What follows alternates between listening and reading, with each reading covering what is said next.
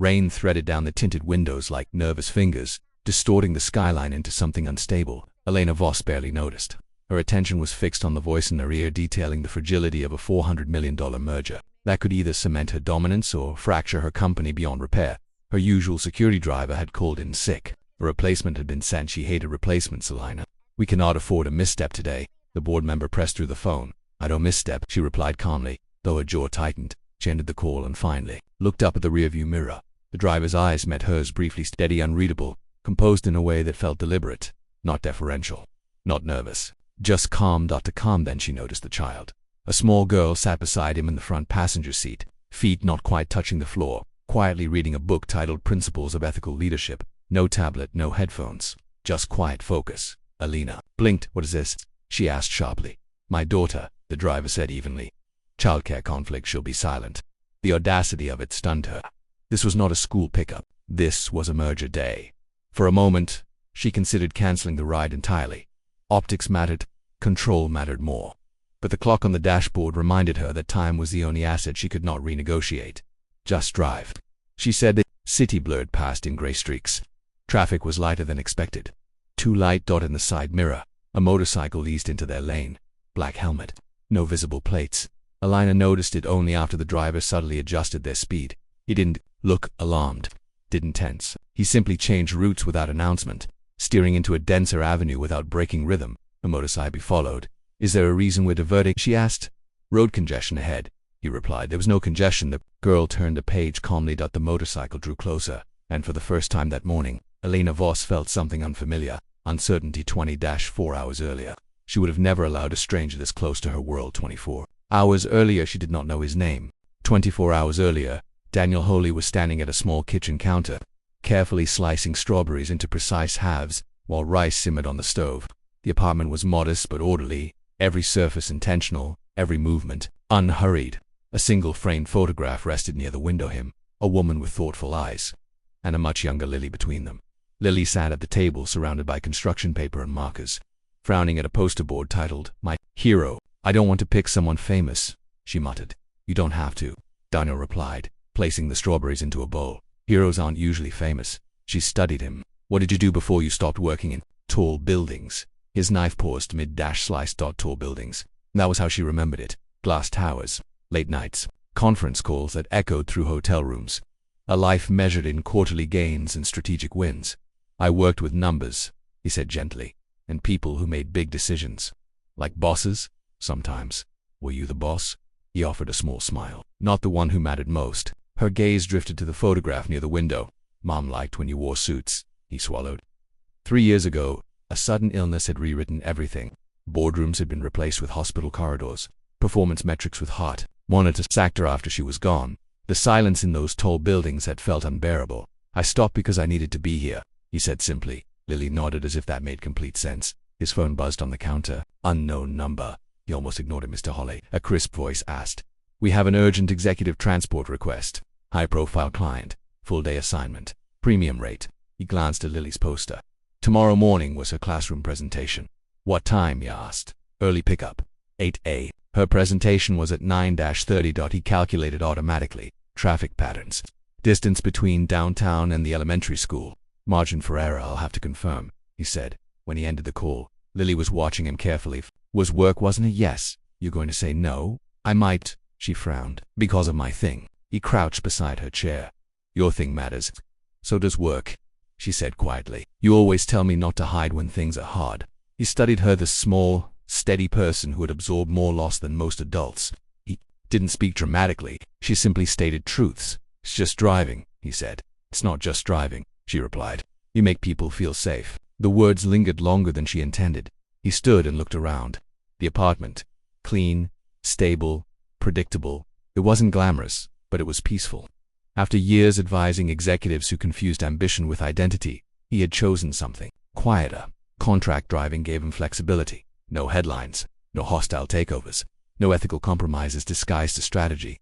But the premium rate would cover 3 months of expenses. School tuition, the violin lessons Lily pretended not to care about. He picked up the phone and confirmed the assignment. Later that night, as Lily slept, he reviewed the client briefing sent to his email. Elena Voss, Voss Glober, major merger pending. He leaned back slowly. He knew that name. Morning light crept through the blinds sooner than he would have liked. Lily dressed carefully, placing her unfinished hero poster into her backpack. You'll still make it. She'll still make it? Asked. I'll try, as he said. He did not promise. Outside, the city was already moving. He adjusted the rearview mirror before starting the engine. Another tall building waited. Voss Globe arose from the pavement like a declaration of intent, glass steel, and controlled silence. Daniel pulled the sedan beneath the overhang where marble met rain-slick concrete. Security personnel scanned badges with mechanical precision. No one looked at him twice. They looked at the logo on the car. Inside, the lobby felt refrigerated, as if warmth itself required authorization. Executives moved in, contained urgency, their conversations clipped and coded. On a towering digital screen, financial headlines scrolled beneath Alina. Voss's photograph, relentless, strategic, merciless. She emerged from a private elevator without entourage. 42 impeccably tailored, composed in the way people become when they've learned that softness is expensive. Her eyes assessed Daniel in one efficient sweep, no visible reaction, which was worse than disapproval. This is the replacement? Asked a man beside her. Marty Kessler, cool, polished smile. Calculating gaze. Temporary, Alina replied. Martin's attention drifted to Lily in the front seat. Family day at the corporation. Daniel met his reflection in the rearview mirror rather than Martin's eyes. She'll be no disruption. Martin chuckled softly. Let's hope not. We're negotiating a merger, not hosting a daycare. Alina entered the back seat without comment. The door shut with a final, insulated sound out as they pulled into traffic. She opened her tablet and began reviewing documents. Her expression tightened incrementally with each page. Daniel adjusted speed with quiet precision. The city shifted around them. Construction narrowed lanes unexpectedly. A black motorcycle slipped into the flow, 2 cars behind. Daniel noticed. He said nothing. From the back seat, Alina spoke without looking up. We're 10 minutes ahead of schedule. Traffic patterns adjusted after the rain, he replied. She turned a page. If we close this, Voss Global absorbs 3 regional competitors in 1 quarter. Daniel nodded once. You follow market news? She asked, tone neutral but edged. Read, he said. Her stylus paused. Read what? Acquisition structures, defensive clauses, risk distribution. Martin, who had joined them for the short transit to the satellite office, smirked. That's ambitious reading for a driver. Daniel's eyes flicked briefly to the tablet screen reflected in the windshield. Dense legal language scrolled across it. Clause 17, he said calmly. The role of a debt provision. It assumes cooperative liquidity from the secondary board. Elena's head lifted slowly. Martin's smile faded. And if that board hesitates, Daniel continued, the liability shifts. Quietly. Silence settled into the vehicle, heavier than before. Alina leaned forward slightly. How do you know that term? I read, he repeated. The motorcycle moved closer. Now directly behind them, Daniel adjusted lanes without signaling abruptly. Guiding the car into a corridor of delivery trucks, the motorcycle followed. Alina noticed the shift in rhythm this time. Is something wrong? Just adjusting, he said. Martin glanced through the rear window. Paranoid. Daniel didn't answer. Alina studied his posture. Not tense, not defensive, simply aware. The class divide inside the car was obvious. Custom tailoring versus worn leather gloves. Corporate titan versus contract driver. Yet something intangible had shifted. Knowledge had surfaced where it wasn't supposed to exist. Martin cleared his throat. Clause 17 has been vetted by 3 firms, of course, Daniel said. Then we're fine. Daniel's eyes remained on the road. You're fine if everyone intends to be. The motorcycle accelerated briefly, then eased back again. Alina felt it now, that subtle undercurrent beneath the numbers. Risk wasn't always printed in ink. Sometimes it rode behind you, patient and waiting. She closed the tablet slowly. Take us to the satellite office, she said. Daniel nodded. The satellite office felt less ceremonial than headquarters, but no less tense. Frosted glass walls framed a long boardroom where silhouettes leaned forward in rigid debate. Voices did not rise. They sharpened. Daniel remained in the reception area with Lily seated beside him, her book open again, though her eyes wandered more than they read. Assistants moved quickly, heels striking tile in clipped rhythms. No one acknowledged him beyond polite dismissal. Through the glass, Alina stood. At the head of the table, she did not gesture wildly or plead. She listened. Then she spoke in measured sentences that seemed to reduce opposition to arithmetic. Still, resistance lingered. 2 investors exchanged glances too frequently. One kept checking his phone. Daniel observed exits, badge patterns, the subtle choreography. Oh, security stuff. Something was off. The elevator nearest the boardroom had been temporarily restricted. Yet moments earlier he had seen Martin use it without clearance delay. A young coordinator approached Elena's assistant and whispered urgently. The assistant nodded and stepped into the boardroom. Leaning toward Alina moments later, Alina emerged. They've moved the follow-up session upstairs, she said briskly. already turning toward the restricted elevator at the end of the corridor. Daniel stood. That elevator is offline? The assistant frowned. No, it's been cleared for executive access. Daniel shook his head slightly. Security rerouted 15 minutes ago. Badge delay increased by 3 seconds. The assistant blinked. How would you? It's subtle, he said, but consistent. Elena paused mid-stride. Explain. The service elevator 2 corridors down has full coverage and 2 guards stationed, he replied. That one doesn't. Almost on cue, Martin appeared from a side hallway. Problem? He asked smoothly. Elaine is being redirected, Daniel said evenly. To an elevator with limited oversight. Martin's smile held, but only just. We adjusted logistics to save time. Daniel met his gaze for the first time. Calm, unyielding. Time isn't what you're saving. A beat of silence stretched between them. Elena studied both men, then turned to her assistant. We'll use the service elevator. Martin's jaw tightened. That's unnecessary. Humor me, she replied. They walked the longer route. 2 uniformed guards straightened when they approached. No badge delay, no flicker in the lights as the doors closed. Elena looked at Daniel through the narrowing gap. Not gratitude. Assessment. When the elevator rose. Martin remained behind in the corridor, expression unreadable, back in reception. Lily swung her legs gently from the chair. Were they going somewhere bad? She asked. Maybe, Daniel said. They don't look bad. Most people don't. She considered this. Why do powerful people look so scared? He glanced toward the boardroom where investors now avoided direct eye contact with one another. Because they think they have more to lose, he said quietly. Do they sometimes? He replied. But usually they just have more to protect. A cluster of junior executives passed by, whispering if Martin consolidates after the merger, she won't see it coming. Their voices trailed off when they noticed Daniel listening. Patterns were forming, rerouted security, quiet alliances, strategic isolation. Martin reappeared 20 minutes later, phone pressed to his ear. He stepped aside near the window, speaking in hushed intensity. Yes, he muttered. Contingency remains intact. She's distracted. His gaze shifted toward Daniel, and stayed there. The look was no longer dismissive. It was calculating. When the elevator doors reopened, Elena exited first. Controlled, composed, but her pace had accelerated. The meeting had not gone cleanly. We're returning to headquarters, she said. Marte joined them. Agreed. We should finalize before markets close. As they moved toward the exit, Martin stopped beside Daniel. You seem very attentive for a contractor, he said lightly. I prefer details, Daniel replied. Martin's smile did not reach his eyes. Details can be misleading. Only when someone rearranges them, Daniel said. Martin held his gaze a fraction too long, then walked ahead. Outside, the rain had slowed to a fine mist. The black motorcycle was parked across the street, rider still mounted, visor reflecting the building's glass. Facade, Daniel noticed, so did Martin. Elena followed Daniel's line of sight. Do you know him?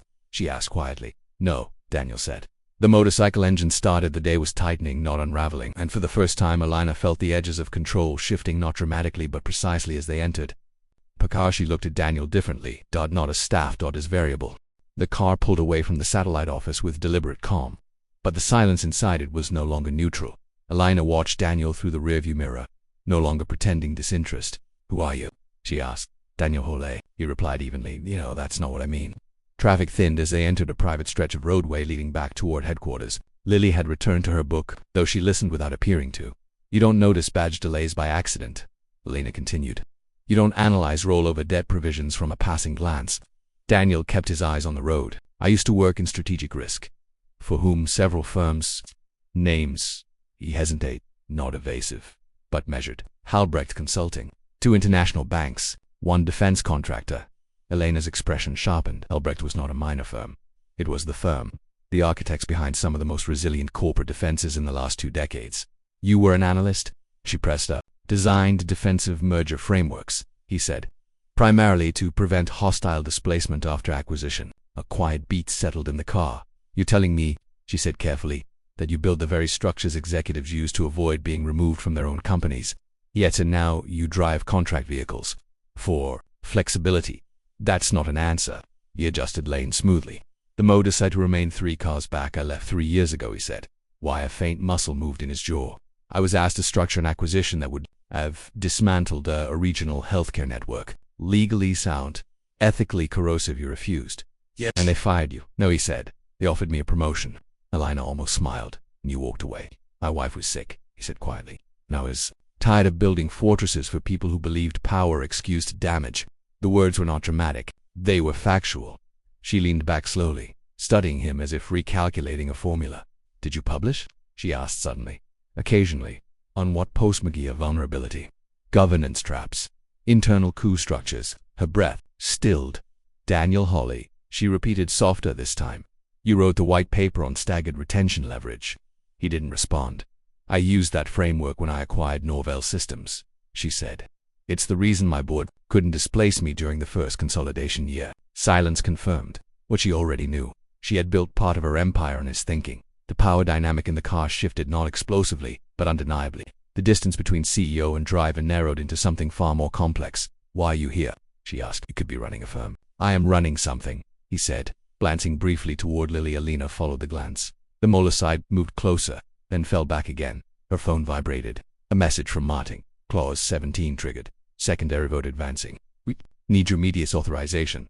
Her eyes darkened. "He's accelerating the rollover," she murmured. Daniel said nothing. She looked up sharply. "You knew that clause was vulnerable." "I suspected it could be," he replied. "And you didn't say more? You didn't ask?" The answer was not defiant. It was precise.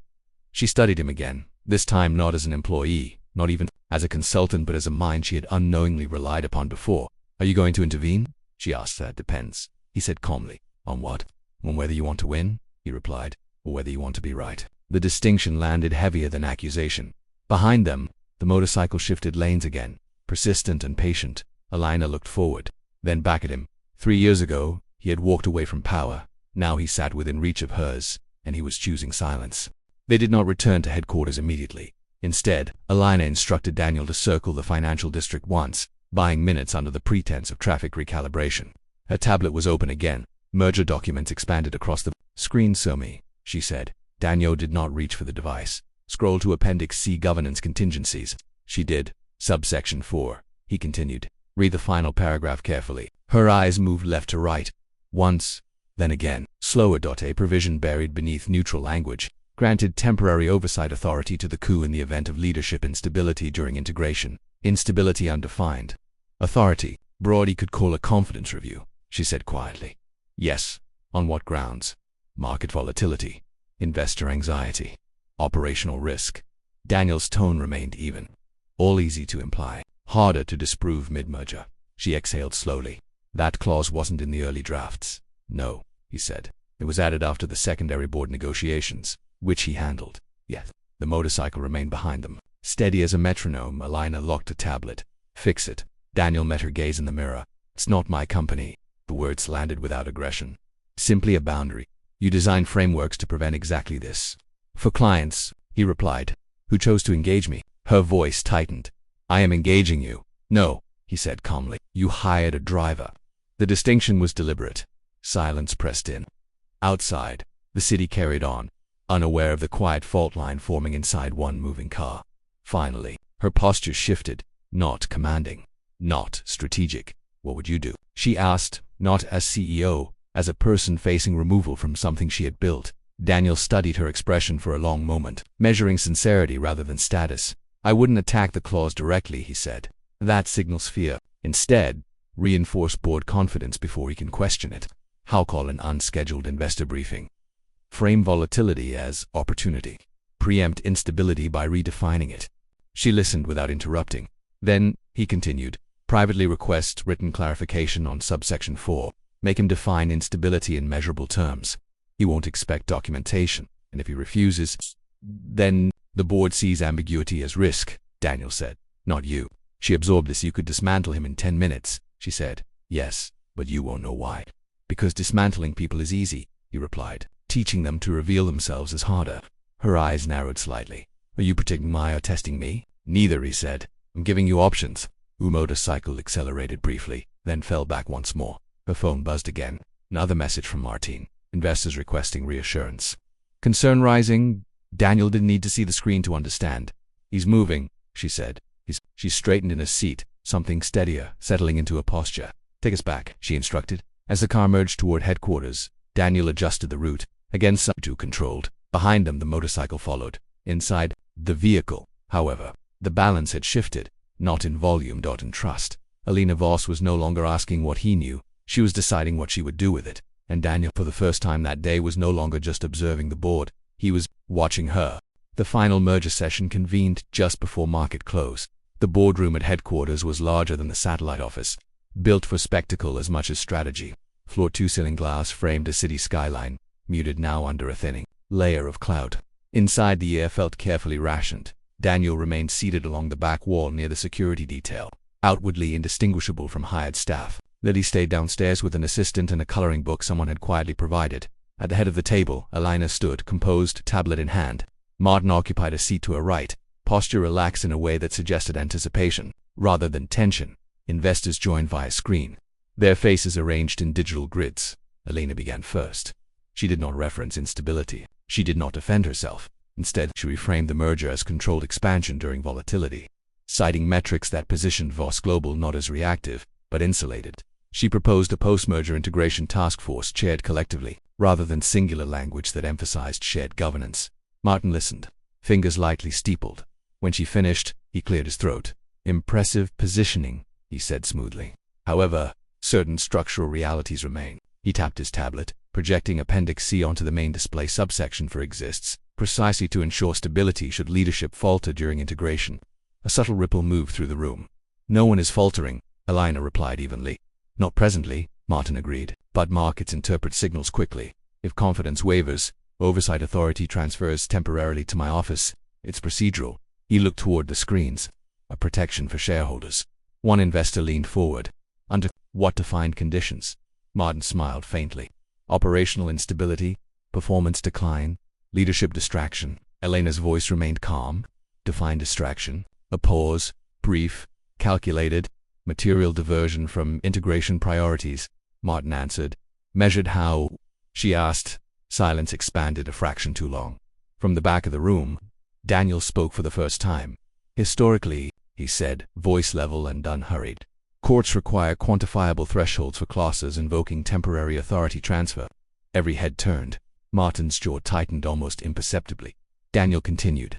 "In Holbrecht v. Normand Holdings, 2012, a similar provision was invalidated due to ambiguous language around executive distraction. The board was found liable for enabling opportunistic interpretation." The room shifted, and investors exchanged glances, not alarmed, but attentive. Martin forced a thin smile. "You are consultant," Elena said before Daniel could answer. "Temporary truth." Daniel met Martin's gaze steadily.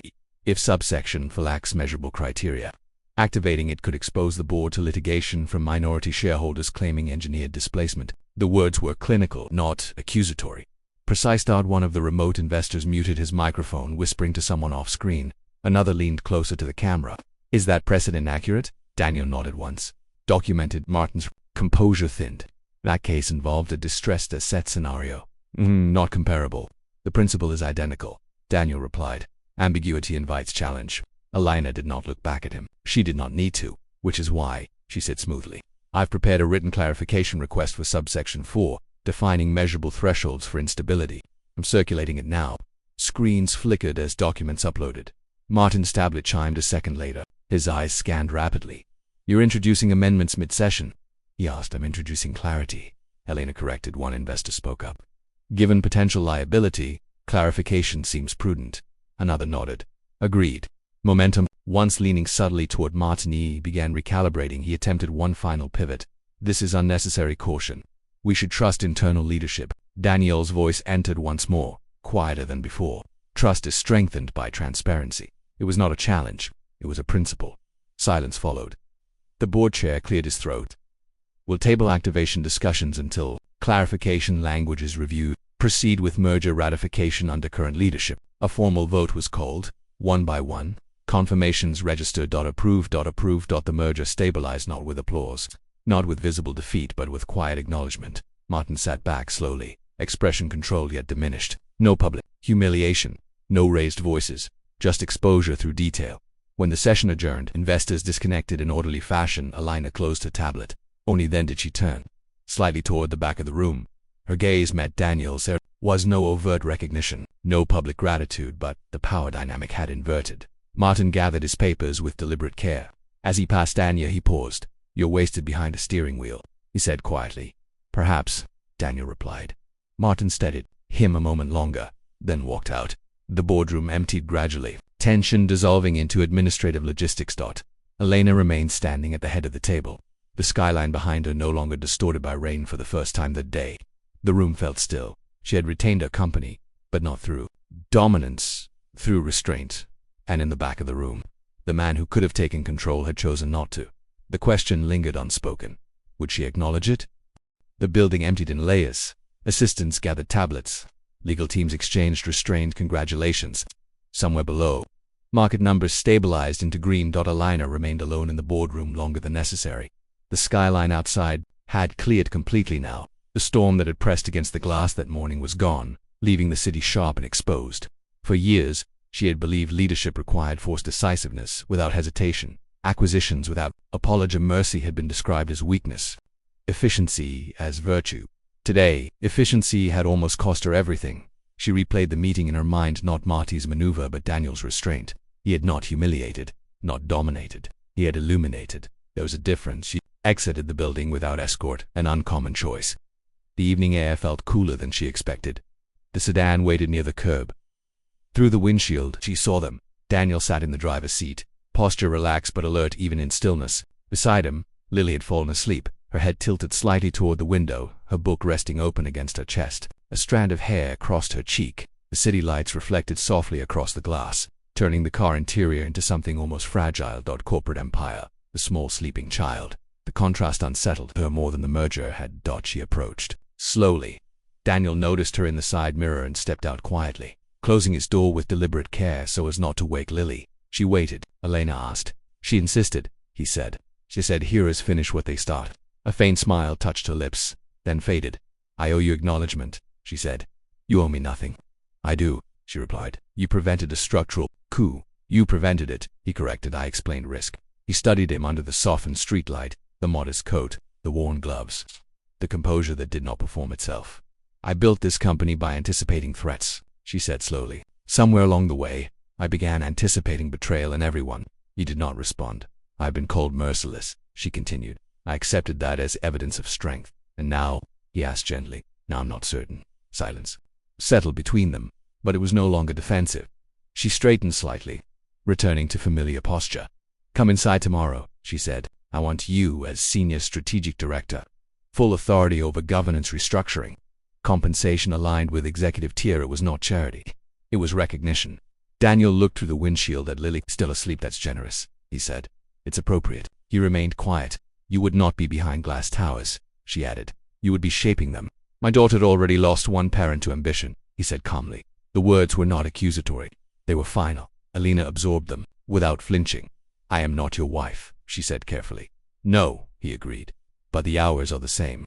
A car passed, headlights briefly illuminating the interior again. Lily shifted slightly but did not wake. Elena looked at the child, then back at him. Do you regret leaving? She asked. No, even now. Especially now. There was no bitterness in his voice, only certainty. She exhaled slowly. For years, she had equated presence with visibility, impact with scale. Yet here stood a man who had stepped away from scale entirely and seemed steadier for it. Then allow me to propose something different, she said. He waited. Strategic advisory, she continued. Project-based flexible schedule. You choose the engagements. Remote authority when possible. No permanent office. No fixed hours, he considered. You would retain decision rights, she added, but not surrender your time. And if I decline, he asked, then I'll still implement what you showed me today, she replied. Or because it was right. The answer surprised even her. Daniel studied her face for traces of performance, found none. This role, he said, slowly, would focus on structural integrity, not expansion at any cost. Yes. An ethical review would not be symbolic. He nodded once. Then I'll consider it. He said, not acceptance, not refusal, consideration. Elena felt something unfamiliar loosen inside her, not triumph, not relief. Respect, double quotes you. Changed the trajectory of my company today, she said. Quietly, you changed it, he replied. I just asked you to define your terms. Behind them, the city continued its rhythm, sirens distant, traffic flowing, towers illuminated, but in the space beside the curb, something had recalibrated. Power had not been seized, it had been redistributed. Daniel opened the passenger door carefully and adjusted Lily's seatbelt without waking her. The gesture was practice. Patient, Elena watched him, understanding at last that strength did not require constant assertion. Sometimes it required restraint. As Daniel returned to the driver's seat, she stepped back. Drive safely, she said. always do, he replied. The car merged into evening traffic, taillights steady and unhurried. Elena remained on the sidewalk a moment longer, the empire behind her and the image of a sleeping child in her mind. Success had always meant control. Tonight, it felt more like balance. 3 months later, the headlines were quieter. Voss Global completed its merger without executive displacement. Industry analysts noted an unexpected shift in governance, language clearer contingency definitions, transparent oversight metrics, an internal ethics review council with binding authority rather than ceremonial presence. Some called it strategic insulation, others called it maturity. Elena called it necessary. Daniel Hale's name did not appear in any press release. His role was listed in internal documents as independent strategic advisor, project-based, remote-first, measured involvement. He declined an office. He accepted clarity. On a mild Thursday morning, Elena parked her car 2 blocks from a public elementary school. No driver, no security convoy. Just a dark sedan and a woman in a simple coat stepping onto a sidewalk crowded with parents holding coffee cups. Inside the multipurpose room, folding chairs replaced leather boardroom seats. Construction paper decorated the walls in uneven lines. A banner read, "Heroes Among Us." Elena took a seat near the back.